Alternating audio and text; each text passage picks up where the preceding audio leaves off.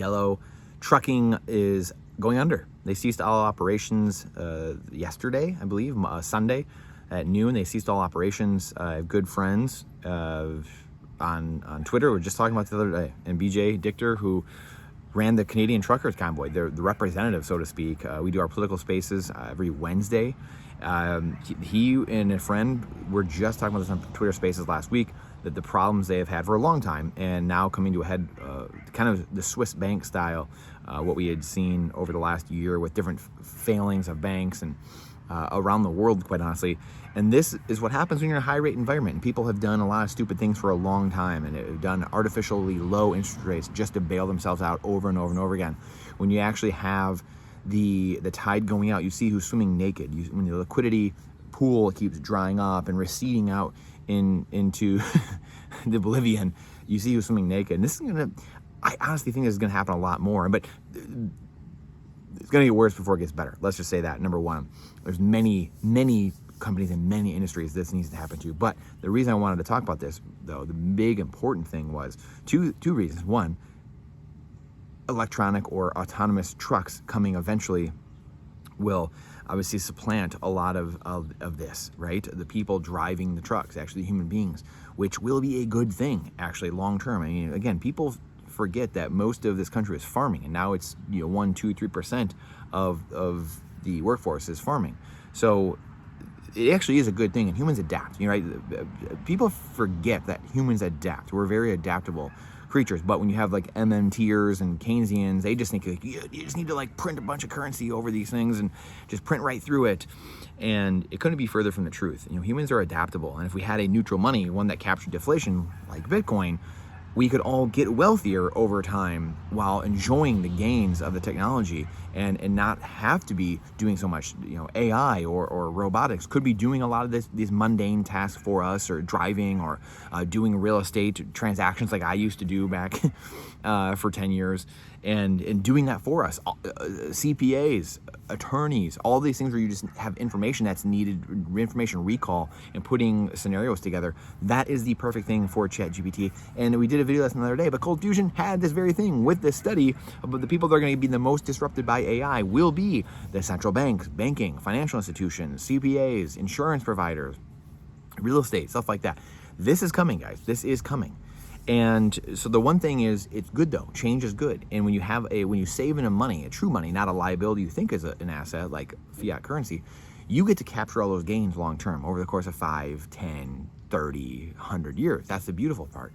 So that's huge. However, the other side of this, again, like we said, it's going to get worse before it gets better, is the fact that truck drivers see what's going on day to day. They see the cost of everything going up. They see the logistics and supply chains being hemorrhaging and being constrained, and that's what these guys were alluding to the other day. And yellow, this happening a mere 4 or 5 days after they were talking about it is pretty remarkable. And these guys see it on the ground first before anyone else does. And what truckers have to say, and farmers, quite honestly, these are real people that we need to heed their advice. We need to listen to them, because this is, again, the time to prepare, like we've been talking about for a long time. Bitcoin, gold, silver, food, energy, water, guns, ammo, security, firearms, and community. Building that number one thing. At the end of the day, the more people we can help, if we can help one person a day get prepared and get some of these items, get some of these things, so that way they can sleep well at night, and that way they can focus on other things, focus on their family, focus on providing a better service, a better business, being a better employee, whatever it is, and you can be better at that and save more than you spend, save it in Bitcoin, and get wealthier over time because you actually have money. And again, let's remember what money is, because people, they tend to get a little caught up with it, like, well, do you know Bitcoin? Because we know mathematically there's only 21 million, and we know the dollar has to be inflated away into oblivion. All fiat currencies go to zero, and because we are in a debt-based world and the dollar is debt, it has to be printed and printed and printed, meaning it'll get worth less and less. Also meaning Bitcoin will grow in value in fiat terms, because it can go to zero, fiat can. So we know the sky for Bitcoin is infinite, because they're diametrically opposed to each other. So we know that for certain. And the three big things we have to remember are money has to have three things. It's a medium of exchange, a unit of account, and most importantly, a store of value. It has to be a store of value. Again, the Fed, the government even acknowledges this. We don't have a currency, fiat currency, that stores value. There are fiat currencies, by definition, don't store value because they are fiat by decree. The government says, hey, this is a currency because we say it is. This is money because we say it is, but it's not a money.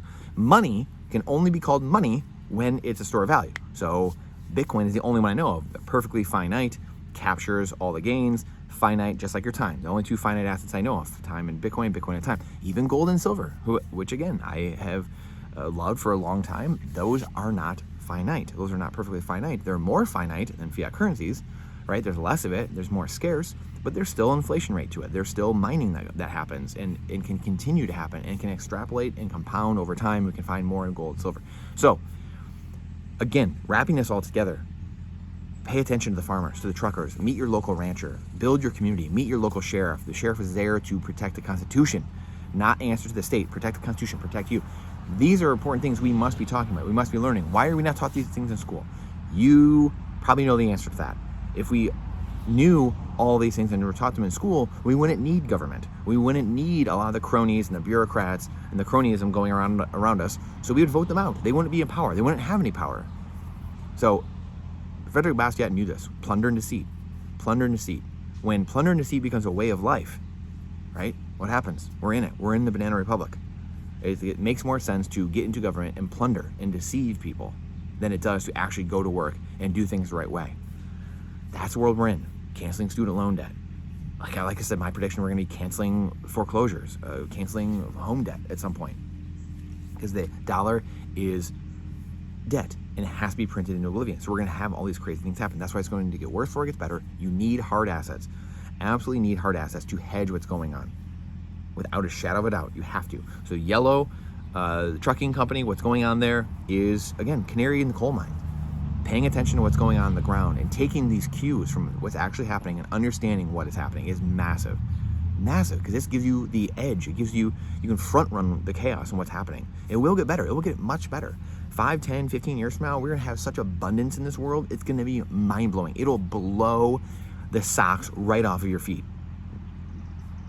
That's all you can say. It's going to be unbelievable. AI and robotics and 3D printing and energy that'll be basically free thanks to Bitcoin mining and capturing the gains of technology and the deflationary aspect of that, and all prices going to their marginal cost of zero. Humans all over the world will be flourishing because of this increased standard of living and the lower costs. But we cannot have that in a fiat debt-based system, in the legacy fiat monetary Titanic. We cannot have that. It's a system that has hit an iceberg. It's going down. And it takes a while. It's hard to see sometimes. And people fight it. But believe you me, this thing's going down. When you're on the Bitcoin life raft and you're moving away, you can see it very easily. Very easily. You can see the red and the blue and realize it's not red versus blue, it's a state versus you. It's a fight of collectivism versus individualism. We want to be a volunteerist group, right? A group of individuals working together as a team.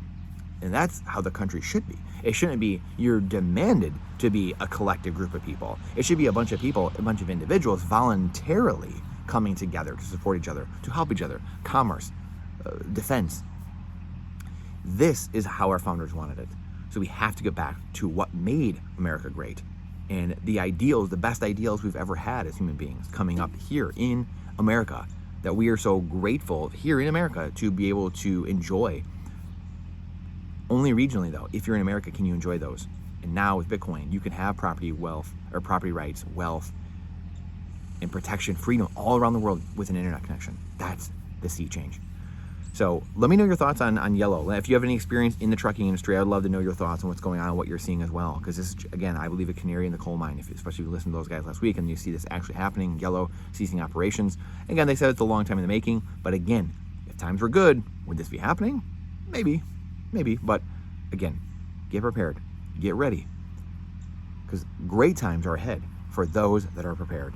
I appreciate you coming to my TED Talk. Please share this out because the algorithm hates truth. Trust but verify. Question everything with boldness, even the existence of God himself.